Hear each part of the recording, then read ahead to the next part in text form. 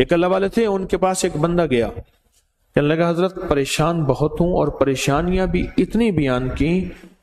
بیان کی کہ انسان سنے اور غم زدہ ہو جائے یا خود رونے لگ جائے۔ تو انہوں نے فرمایا اگر تیری پریشانی اتنی زیادہ ہے تو ایسا کر،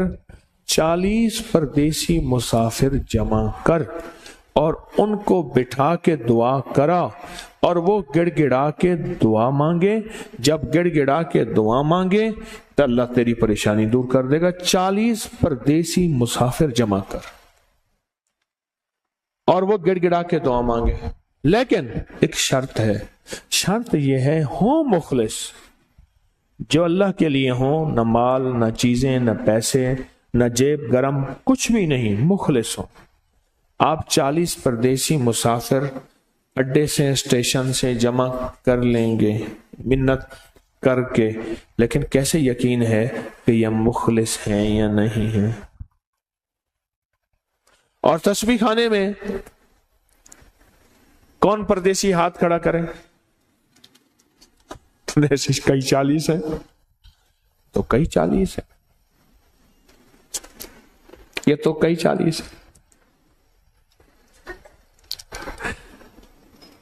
یہ لاہور والوں کے ہر ہفتے کے مفتے لگے ہوئے ہیں۔ یہ پردیسیوں کو دعا کریں،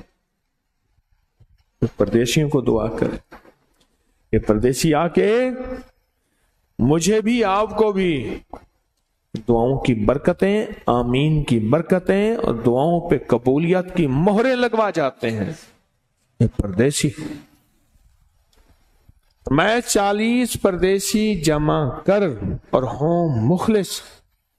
پردیسی کے ساتھ اللہ کی مدد، پردیسی کے ساتھ اللہ کی رحمت، اور پردیسی کی دعا قبول، اور پردیسی کی دعا پہ فرشتوں کی آمین، اور پردیسی کی لغزشوں پہ اللہ کی درگزر، اللہ کا درگزر۔ اور میں کہ 40 جمع کر پردیسی اور ان کو بٹھا پر ہوں مخلص۔ آپ سوچیں آج ہم بیٹھ کے 40,000 دفعہ سورۃ قل ھو اللہ پڑھیں گے اپنی مرادوں کے لیے، اپنی منت کے لیے، اپنی مشکلوں کے لیے، بے اولادیوں کی اولاد کے لیے، بے گھروں کے گھر کے لیے، بے دروں کے در کے لیے، بے سہاروں کے سہارے کے لیے، مریضوں کی شفا یابی کے لیے، جن کی جھولیاں ہری نہیں ان کو ہرا بھرا کرنے کے لیے، اور جن کے گھر میں آگ لگی ہے حسد کی، دھوکے کی، فریب کی، نقصان کی، پریشانی کی، بربادی کی، اس آگ کو بجھانے کے لیے، اور جو غربت اور تنگ دستی میں پس گیا اس کو خوشحالی پہ لانے کے لیے، اور جو ولایت کا تاجدار بننا چاہتا ہے کہ اسے اللہ اس کے حبیب کے نور کو ملوانے کے لیے، اور جو چاہتا ہے کہ آنکھیں بند کروں اور جنت نظر آئے، جو چاہتا ہے دل کی دنیا آباد اور شاد ہو، یہ نعمت اس کو دلوانے کے لیے، اور جو یہ چاہتا ہے کہ اللہ کے خزانے سے اتنا ملے کہ در در کا بھکاری، فقیر، منگتا، محتاج نہ بنو، یہ خزانے اس کو اللہ کے خزانے سے ملیں، یہ دلوانے کے لیے یہ 40,000 دفعہ سورۃ اخلاص 11 جمعراتیں پڑھی جائے گی۔ ہر سال ہماری 11 جمعراتیں ہوتی ہیں،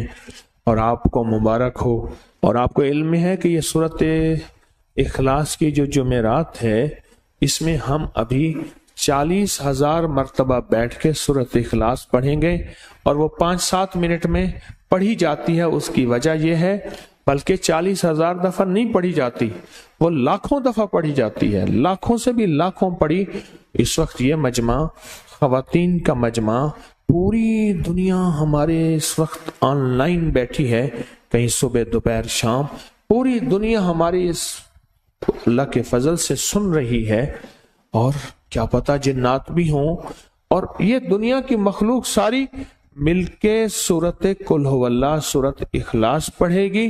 اور سورۃ اخلاص پڑھتے ہی زندگی میں برکتوں اور خیروں کے فیصلے ہوں گے۔